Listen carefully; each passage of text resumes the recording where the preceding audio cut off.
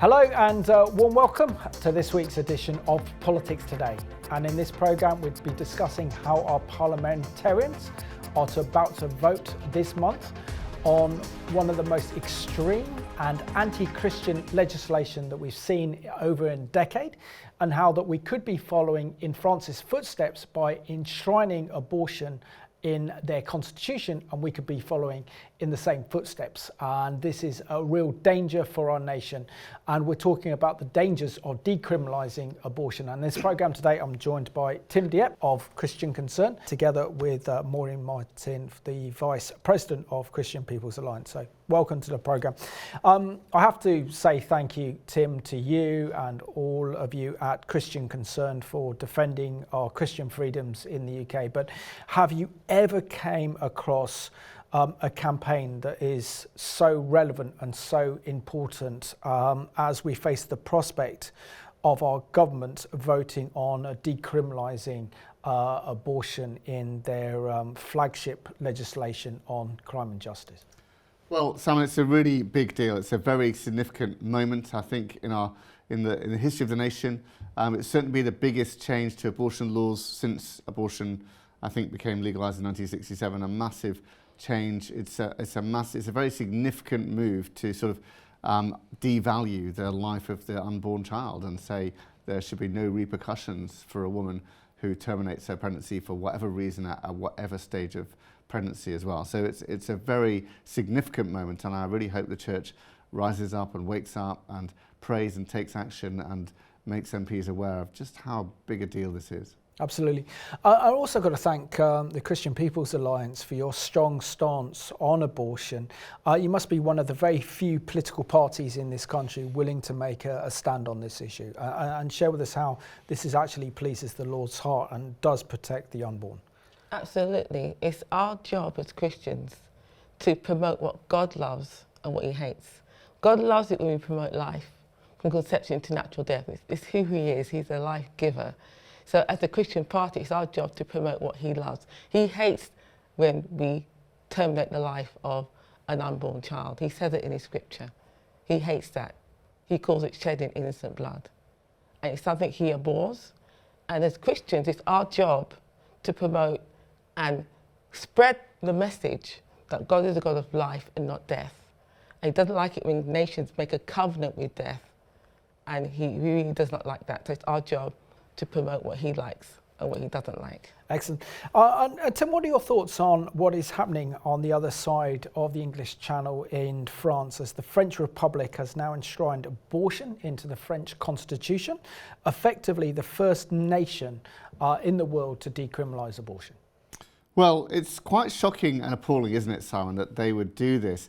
It's obviously a reaction to Roe versus Wade being overturned a couple of years ago, and the feminist movement is very keen to sort of distance themselves from that and show we're different to that. A massive, an incredibly overwhelming vote, wasn't it? I think 10-1, 780 versus 80 or something like that in the Parliament. A huge overwhelming support, and I gather the popular opinion is also massively in favour of this. It is an extraordinary move, a very significant move, and the way it was celebrated as well, just kind of sickening really to celebrate with slogans displayed on the Eiffel Tower and stuff. I mean, it's really quite disturbing, Simon. I mean, I take a bit of, the kind of consolation in a way is that the law in France is still that the legal limit is 14 weeks with various exceptions. But here it is 24 weeks here, and then the move to decriminalise it completely. But how come we're so much higher than that? 24 weeks versus 14 weeks. Extraordinary, really. But there they are. They've put it in the Constitution to try and sort of enshrine it and say it can't be changed, it can never be reversed. And it is hard to reverse because you need a massive majority to overturn, to change the Constitution and so on. But they've put huge amount of effort, parliamentary time, prioritising. We've got to have this enshrined in our law. I mean, gosh, it really is incredibly rebellious and such disrespect for human life, I think. And Maureen, you mentioned before God's perspective on the whole topic of abortion, but what are your thoughts on what France has just done only last night, as of this recording, to enshrine abortion in their constitution, the first nation in the world to decriminalise abortion, to incredible thunderous applause in the French Parliament, and then to actually broadcast this and show and light up the Eiffel Tower in defiance. Just share with your thoughts on this historical occasion that's occurred in France. It's very sad for France. I mean, they are proverbially shooting themselves in the foot, basically, because their birth rate's already dropping. In fact, it's only 1.87 per woman in France at the moment. The replacement rate is 2.7. So they are in danger of really sort of ending their own population. Because the Bible says in Psalm 106 that God was berating the children of Israel for sacrificing their children. And he said, because of this sin, I'm going to cause those that hate you to rule over you. Now we see that the Muslim community in France don't seem to have the same issue with abortion. They are having 4, 5, 6 children. So essentially, France can experience them being, well, kind of, I won't say outbred, but by the Muslim community, because at the moment, their birth rates have fallen 4 times in a row in consecutive years. And it doesn't show any signs of picking up. So they don't reverse this situation. They are going to find themselves in the minority. And politically, in every sphere of their society, this will not be good because Islam, Muslims do not like the West, and they don't like French, and they don't like France. So they can find themselves being ruled by those that hate them. Also, the other thing is just kind of glorifying it, isn't it? To think that, you know, can our nation sink any lower in their moral depravity as to broadcast this on the Eiffel Tower?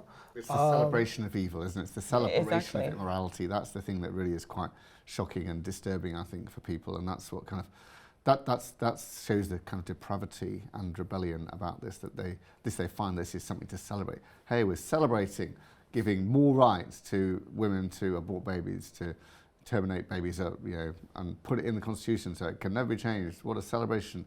It's an extraordinary thing to celebrate, isn't it? Well, and Tim, what are your thoughts, not only in this historic vote to enshrine abortion in France's constitution, but also the quote from the new French Prime Minister, Gabriel Attal, who said this. He says, "We are haunted by the suffering and the memory of so many women who are not free. We owe a moral debt to all women who suffered in their flesh. Today, the present must respond to history. To enshrine this right in our constitution is to close the door on the tragedy of the past and its trails of suffering and pain. It will further prevent reactionaries from attacking women. Let's not forget that the train of oppression can happen again. Let's act to ensure it doesn't, that it never comes to this day," he added. "I will say to all women within our borders and beyond, today is the era of a world of hope begins. Nothing about the unborn child." Well, that's the thing, isn't it? You know, they expresses sorrow and horror at the fate of women. Where's the sorrow and horror at the fate of the unborn, who actually end up dying as a result of this and don't get to see life and don't get to grow up, and, you know, millions of babies whose lives have not been lived as a result of abortion in France and in the UK. It's about 10 million in the UK now since it was legalised here. So, you know, where is the shock and horror and appall and just sorrow, really, over all of those lives that have been cut short in the womb? And why are people not sorry about that? You know, that's my concern. You know, that it's all the wrong way around, really. Yeah. Maureen, I first became aware of the government's decision to actually decriminalise abortion, but very cleverly through amendments to the government's flagship Crime and Justice Bill. But what horrified me the most was seeing an article in the Telegraph, an interview with our Health Secretary, saying that she actually might vote for the decriminalisation of abortion, as and she and other members of Rishi Sunak's cabinet have. Now, the reason I think this is such a serious issue is because it grieves the Lord's heart. And as you rightly said, the shedding of innocent blood brings a curse. And I think if this legislation is passed into law and into statute, it will effectively mean they'll bring a bigger curse and judgment of God upon our nation than it already is in. We're in the midst of fighting against Islamists who want to threaten our democracy. We want to call upon God for help, and then our government allows a vote on the decriminalisation of abortion. But my disgust is not so much at the government, but the apathy, the indifference, and the plight of Christians in the church regarding this issue. This is why I'm doing 2 programmes on Politics Day on this topic, because I just sensed in my spirit this is the most dangerous legislation against Christians, against the sanctity of life we've seen in over a decade. Absolutely, Simon. There's an alarming apathy in the church in regards to abortion. It's just stunning. I don't personally really understand it. Because this is of the problems that society has, particularly Western society, abortion is probably the biggest one. And one of the reasons is, if you look at the Old Testament, the penalties for a woman who is pregnant being struck by somebody and that child dying, the penalty of that person who struck the blow is death. So as far as God is concerned, that life in the mother is as equal or as valuable as a person outside of the womb. So that tells you the level at which God is concerned with this problem. But the church seems to be disengaged. Now, I don't know if it's a really issue of the church is disengaged generally about political issues, which they seem to be, even when in issues of marriage is concerned. But also our leaders, now it's really down to the pastors and the leaders to take the lead in this situation and actually inform their congregants about what's going on, and actually encourage engagement of their congregation to fight this battle. Now, I find that the Catholic Church has a different perspective on it. They are very engaged in the battle for life. They are the ones who are protesting outside of abortion clinics, not protesting so much, but at least, having vigils outside of abortion clinics. They are the ones who are having the campaigns. They are the ones engaged and really on the front lines of this battle. But the Pentecostal evangelical church seem to be sitting back and doing absolutely nothing. Now, this is one of my big bugbears, really. It's something I'm really concerned about. It's really part of my message going forward as a CPA candidate. But to be frank, Simon, I don't really have a really direct answer as to why they are so apathetic, but it needs to be addressed, it needs to change, immediately, because it's a serious matter. Very serious. Life and death. And Tim, can you just unpack for us what is being proposed regarding these 2 amendments that have been added to the government's criminal justice bill that is looking to go through Parliament any time this month, and the seriousness of this legislation and the need for the church to really wake up, because through your excellent ministry and organisation, Christian Concern, you are bringing awareness on this issue. You are telling your supporters to write to their members of Parliament and raise this with them as an important issue, because this is absolutely vital for the spiritual health of this nation and to protect the innocent, which are the unborn. Yes, so Simon, you're right. There's an amendment to the criminal justice bill. It's kind of extraordinary to me and to us, I think, that you've got this, like you say, flagship criminal justice bill, and then they tag on this thing as if it's kind of an afterthought, just a little amendment. But it's actually, it's like, a bigger deal than the whole bill itself. It's kind of, the bigger change to the law than effectively the main bill. And surely it should be like a bill in its own right, to have a proper debate on it and proper time to it, proper discussion about it and so on. But it's an amendment has been proposed. It will be debated in Parliament at report stage. We don't know the dates yet, but it will be sometime, probably the next few weeks or so. And it'll be voted on. And it'll be very interesting to see how it gets voted. I mean, we've seen this Parliament voting for telemedicine abortion. We've seen this Parliament vote for buffer zones in abortion. So this Parliament is very, very liberal on abortion. And I worry that this amendment could get passed, which would mean that a woman is able to procure or carry out her own abortion for any reason with no penalty right up to term, right up to the day before it is born, and no penalty and no sanction. That's just fine. It's basically, our system, our law saying it's fine to just disregard, terminate, end the life of the unborn child right up to birth just because you don't like the sex of the baby, you don't like the colour of the eyes if that's determinable, you've decided, I'd rather not have this for now, whatever it might be. And that's such disregard for the sanctity of human life. And these could be babies that are thoroughly viable outside the womb.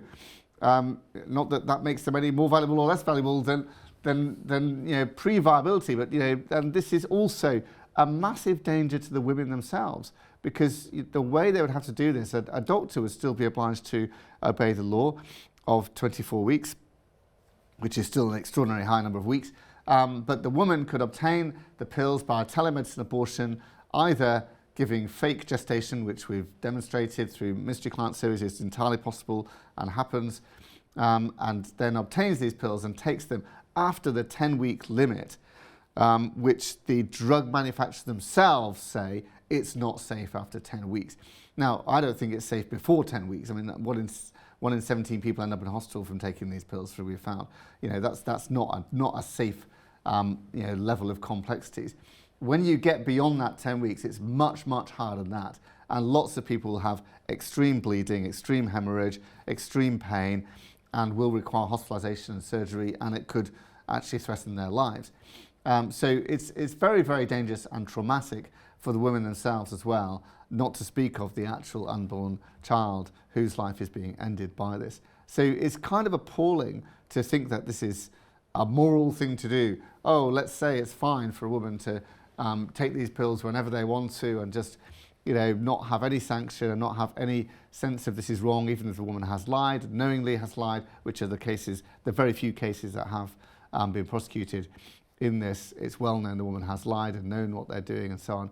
And the courts can be lenient on that, and they sometimes are lenient on it. But the message from the law is that it is wrong to terminate the life of a baby beyond the 24 weeks for any and every reason whatsoever. And that's what the law should continue to say, that this is wrong, it's not good, it's disapproved, society should disapprove of it. And that moral message will be eliminated by decriminalising abortion. And it basically says that the value of a human life pre-birth is totally disposable by the woman, and that's a very, very sad indictment on our society indeed. Maureen, share your thoughts with us on our current crop of parliamentarians, because it seems that the vast majority of them have lost their moral compass, including most of those in Rishi Sunak's cabinet, who most probably will be, according to recent news reports, be voting for the decriminalisation of abortion because it's seen as the liberal thing to do. But share with us the kind of depths of depravity that our members of parliament have actually sunk to if they actually vote for this in parliament and it becomes legislation. Indeed, Simon, I'd just like to quote Mother Teresa. She said, there are two victims here, a dead baby and a dead conscience.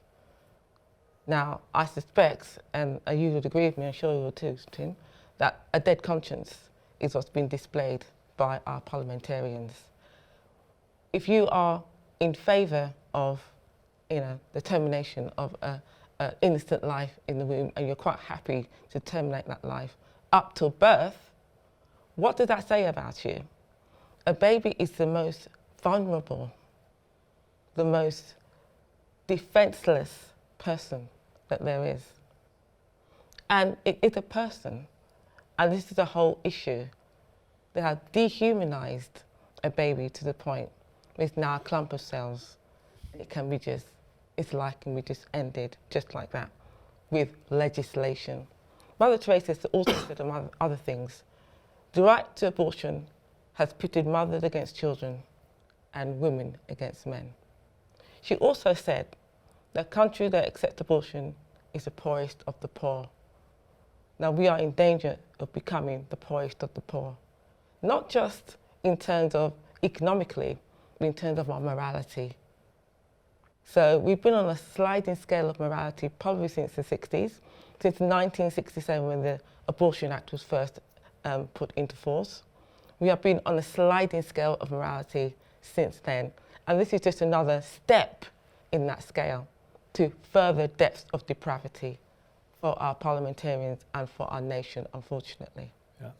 And Tim, you mentioned in your last response to my question the impact that it will have on women, but show us how women's health is a real risk with the decriminalisation of abortion, and this could possibly result in the actual death of the pregnant mother by doing so. So I don't see how this is in any interest of our doctors, our nurses, our healthcare, or even our politicians to be responsible for this absolutely reckless and barbaric legislation. It is reckless, and it goes against all of the evidence, and all of the health authorities say you should not take these tablets beyond 10 weeks. World Health Organization, Royal College of Obstetricians and Gynecologists, the drug manufacturers themselves, and so on. So they're saying it's not safe. So why are we saying, oh, it's fine to go ahead of that? I mean, it's unconscionable, actually, what's happening.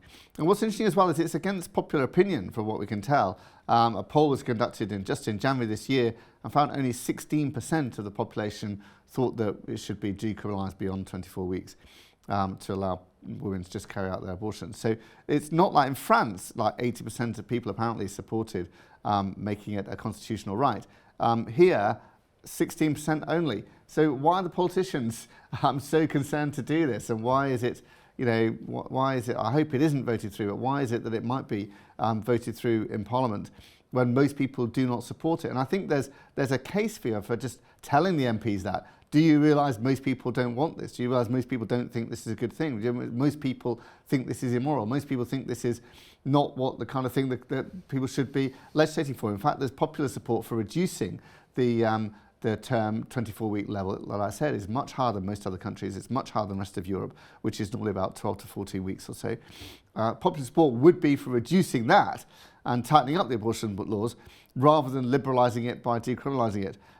But these MPs are activists and they're pushing this, and sadly the track record of this current Parliament is bad when it comes to pro-life abortion votes that they've had. Yeah. Also, Tim, I think this vote is sinister because it hasn't been publicised when MPs will have a vote on this one.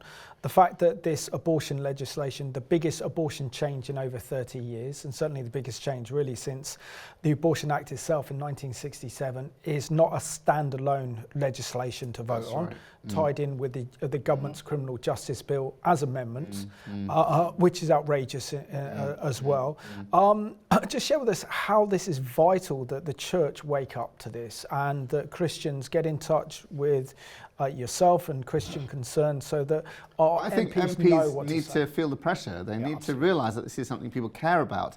At the moment, they think people don't really care about it. It's not really interesting. They think that people have a lot of sympathy for women who are prosecuted for carrying out abortions very late term and so on, when there can be very lenient sentences, but the law needs to say that this is wrong, and most people agree that the law needs to say that this is wrong, and the MPs need to feel the heat on it and hear from Christians and other people saying, no, you should not be voting for this, no, we don't want this, please vote against it, please do not let this go through. I was encouraged because Miriam Cates wrote an article in the Telegraph, I don't know if you saw it, Simon, saying that if this vote goes through, she would vote against the whole criminal justice bill. And there may be other parliamentarians who might do that, and I don't know how that would work. The government's majority is about 24 or something like that. If you had 12 Conservative MPs voting against the whole bill, potentially, because this amendment hasn't gone through, and if Labour and all the opposition parties also decide to vote against it, that could be another way that this tumbles, we'll see.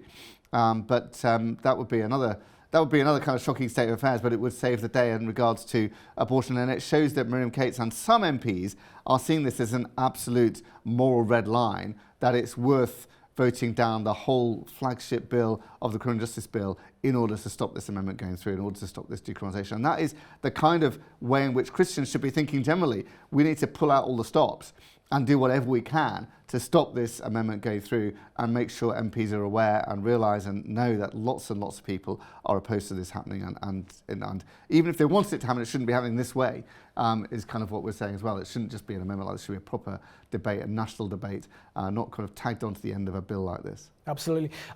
Maureen, isn't it time that the church woke out of its apathy and indifference and started to defend the unborn and start to defend the sanctity of life and send a Christian message to Parliament that you've sunk very low in terms of moral values, but you're not going to sink any further? Absolutely, and they can do so with their votes. They can start voting for parties that actually support life and not support death. So that's one way we can do it. And I was actually going to say, Tim, I agree with you that Christians themselves can engage with their MPs and really put pressure upon them and engage with life charities. There's lots of life charities out there who are very engaged in this matter. Particularly when issues like this come up, the life charities are really focused and they really get the message out to those that subscribe to their charities. So the church needs to really get their act together in this respect, in every respect of the things that concern our values.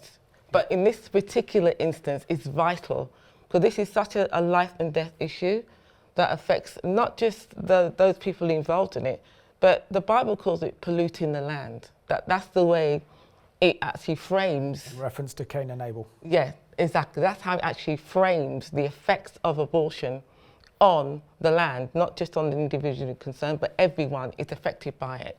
So the church needs to realise this and get engaged in every way we can. Individuals, as church organisations, we have massive church organisations out there, so we really need to get involved in this issue. Absolutely. And Tim, can you just unpack for us in the last minute or so how our viewers can approach their members of Parliament, because you produced a very good fact sheet or list in guidance, so our viewers can write to their members of Parliament and to register their disgust at this government and this proposed legislation. That's right. We've put out a guide to writing to MPs. We've put out a list of about a dozen separate points that you can make. You can choose which point resonates best with you, express it in your own words. Write to your MP. We've got a link to work out who your MP is. You don't know who it is.